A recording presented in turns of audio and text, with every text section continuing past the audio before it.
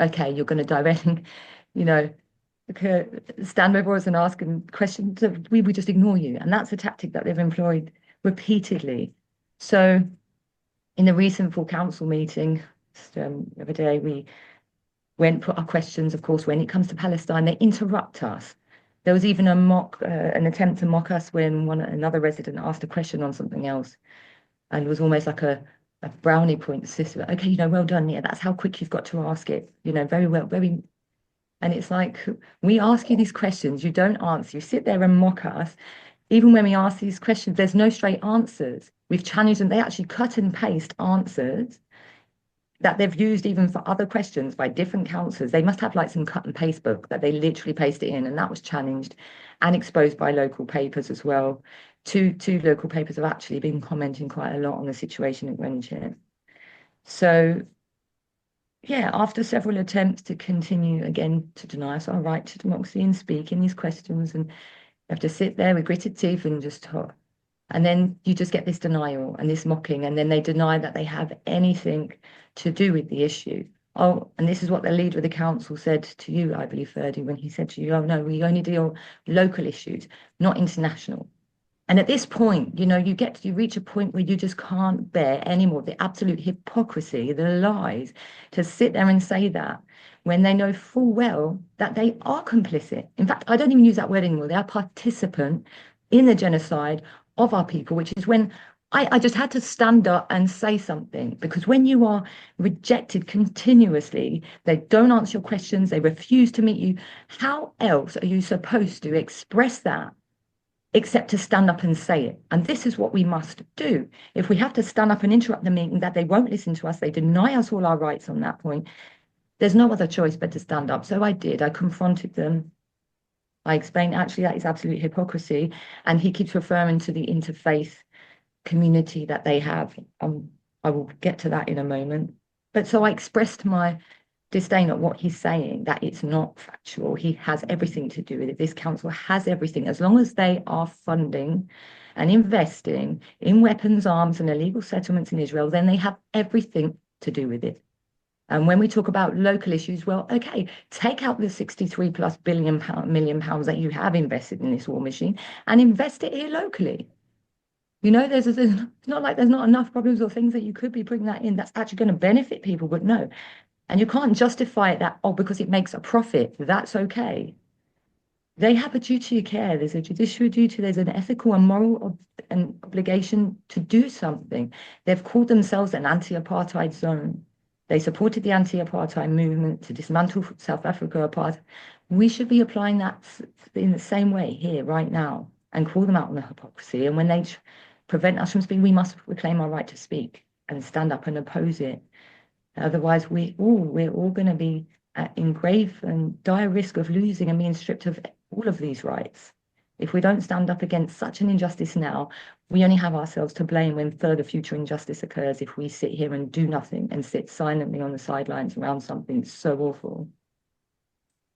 There's so much more to say, but I don't know how much time we Keep have. So going. You've got the floor. As long as you want to keep going, you've got the floor. Can I ask one question? yeah. I mean, you talked about sort of the little sort of aside from RB Royal Borough of Greenwich. How many times have you actually had to go in and confront them? And what are the things that you're doing outside of Royal Borough of Greenwich, sort of in support of the campaign? So how is the campaign broadened out locally and in the council chamber? Well, in the council chamber, I mean, we've been there at every full council meeting since this has begun. So this is like coming on to 2 years now. And we've just been greeted with the same sort of denial, the same contempt every time. There are those in the council, I must say, that have spoken, and they are now a threat of, like, they're basically scared of losing the whip. Those who speak up, it's like, well, controlled by the Labour whip. So if they say anything, there are two issues that they're going to face: either lose the whip or be accused of anti-Semitism based on this non-legally binding definition, the IHRA definition of anti-Semitism, which they adopted, and like I was explaining earlier, has been weaponized for that purpose. And there are many examples through councils where people have lost the whip for speaking up. And based on these false accusations of anti-Semitism, that were adopted from this definition. Most in 2019 it began. So there are big challenges taking place, even legal challenges. And when it has gotten to court, they're literally dismissed anyway. Now that is, I can't say or go into too much detail because of the legal challenge that we may be taking up on this, but there is a lot of work going on behind the scenes. We are looking at the breaches of Equality Acts, the way it does discriminate. It's actually a racist definition. It does discriminate against Palestinians, and it does strip us of our basic human rights to freedom of speech. It has been weaponized to such an extent.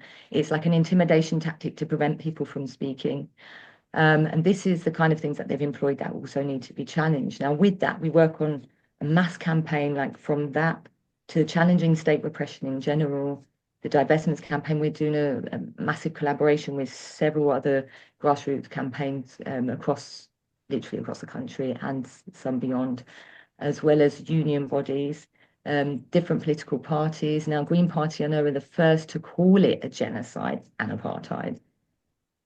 It's taken some time for them to get to that point, but at least someone has. Yet this council sits there and says, oh, no, we're not legally obligated. We can't call it a genocide yet. We're like, hang on, the ICJ, the International Court of Justice, has actually stated there's plausible risk of genocide. And all states and authorities must do all they can to ensure they're non-complicit.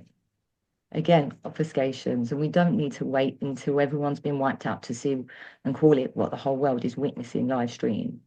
It is genocide, and that's at worst. At best, it's apartheid. And what is any council authority doing supporting that? Which is why we, the people, must take back that power and force them to stop this machine. Now, I've just come back from the West Bank, and I guess there might be some people who might see this video and not understand. So a very brief basic outline. It was Britain that started this, and I have to say it because I've had instances where I've been out with my father and you get the odd racist who would come up and say, sorry, I'm using an expletive, I hope you don't mind, but they would say to him, why don't you just fuck off back to your own country? Now, can you imagine? And I have to explain to them, okay, let's get this straight. This is why my father's here. It was this country who decided to give away our country that they had no right to give to another people who were persecuted by the West, by Europe. And we're talking about the Jew after the horrors of the Holocaust, which, again, we stand with all oppressed people. But what the West did, we are now being made to pay for the price of their crimes as they forced people that they didn't want here, because of their own anti-Jewish hate and discrimination, to give away our land. And my grandfather, many people welcomed the Jews who did come and said, you know, when they said, please help us. I mean, first of all, it wasn't this country's right to give away another man's land, irrespective of whether it's my father's homeland or anyone else's. But they were nonetheless welcomed by many Palestinians to come and live with us. And what's happened over time is then you've got, and it's very important to distinguish this. There is a difference, what you get. So there's Zionism and what they refer to as anti-Semitism. Now, there's very different. Not every Jew is a Zionist, and not every Zionist is a Jew. And you have, Zionism is ultimately, sorry, a racist ideology, and it's like an ethno-national identity that they have this superiority, this right to stake claim to the land. And it's not just that, it's that they have the right to mass ethnic cleanse. They want a complete Jewish state. This is supremacy. Now, why should anybody have the right to stake claim to a land based on their religion? You know, and we have to understand there's a difference between a religion and a race. It was the Holy Land for, there were people that lived there already, Jewish, Muslim, Christian, Palestinian people, you know, there are Jews who are Palestinian too. So a lot of people don't understand this. There's so much more to explain, but I'm trying to simplify it to give an idea and a context to people who might not understand how it began. So this I explained to the man who told my father, but fuck off back to your country. I explained what happened to his country and who was responsible for his displacement, who they forced him out of his country, stole his home, and he's forced into exile, like my grandmother, who was pregnant, still carrying, you know, one of her children, one of my aunts, and they were forced out of their home. This is what they did. So many were killed in the Nakba. They literally just came, killed thousands and thousands of Palestinians and took their homes, took their lands. And this is my father's story, and he was tortured. Like his experience is so brutal. Just like knowing what he had to endure, it breaks my heart. And then for him to see this and see more of our family killed. I mean, we know it happened long before October the 7th. A lot of people with their propaganda, the news, the media, they are just as complicit. They sow this story as though it just began then. We've got 77 years of oppression, of occupation that preceded it, which is why, you get to a point where people have no choice but to resist. The Palestinians have protested, they've pleaded with the whole world. Their children are snatched, tortured. It's the largest globally held children prisoners in their jails, which actually some of the Israelis who blew the whistle stated they are not even jails, they are torture camps. Children.